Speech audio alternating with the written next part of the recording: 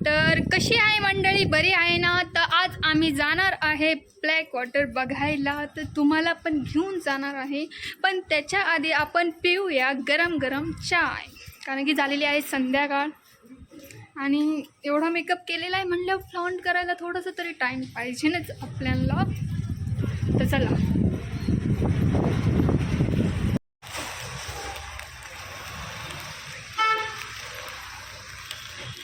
तर गाईस, आपण दुकानातून आलेलो आहोत आणि संगे चिप्स आणि साखर आणलेली आहे. तर घरी जाऊन आता आपण चहा पिऊया. तर चला.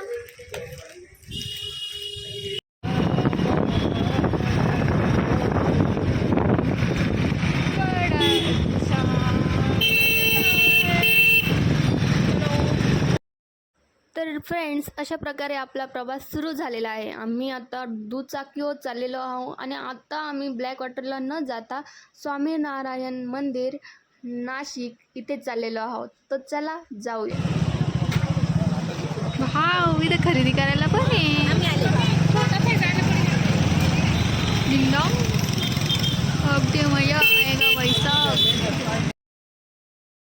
लोकेशनवर पोहोचलेलो आहोत. आश्चर्यचकित होण्याची गोष्ट अशी की तिथे खूप स्वच्छता आहे.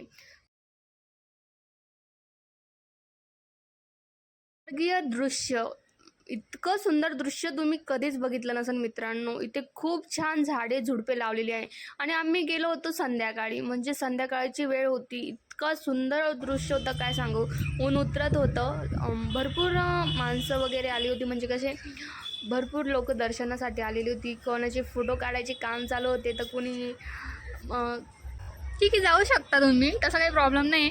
तर गाईज, आपण ब्लॅक वॉटरला न येता आलेलो आहोत नाशिकमध्ये, ते पण एक सुंदरशा मंदिरामध्ये. मंदिराच्या परिसरात आपण प्रवेश केलेला आहे. मंदिर खूप सुंदर होतं दिसायला. इथे कोणतंही आर्टिफिशियल काम केलेलं नाही आहे. सर्व दगडापासूनच निर्मिती झालेली आहे. धातूंचा पण उपयोग इथे झालेला नाही. परिसरात गार्डनिंग भरपूर छान केलेली आहे. तर चला, तिलाच आपल्याला पायऱ्या लागणार आहेत. पायऱ्या चढून आपण वर जाणार आहोत. हे मंदिर सपाट जागेवर नसून उंच जागेवर आहे आणि बघताच काय, ह्या पायऱ्यांवरून जाताना असं वाटलं की स्वर्गातच जात आहोत. तर चला जाऊया.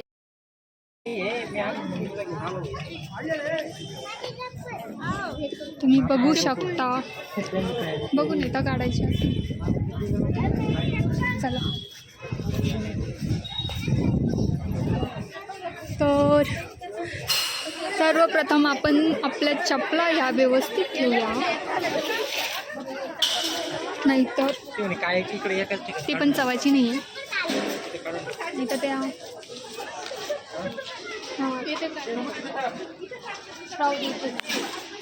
चला.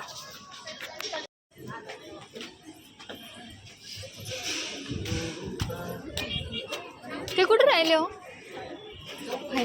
आले कुठं ते? अरे वा, किती छान आहे.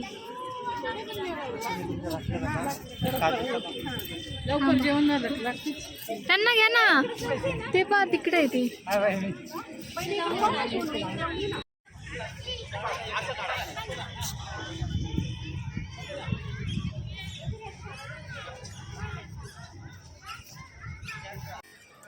तर मित्रांनो, आपण मंदिरात आलेलो आहोत.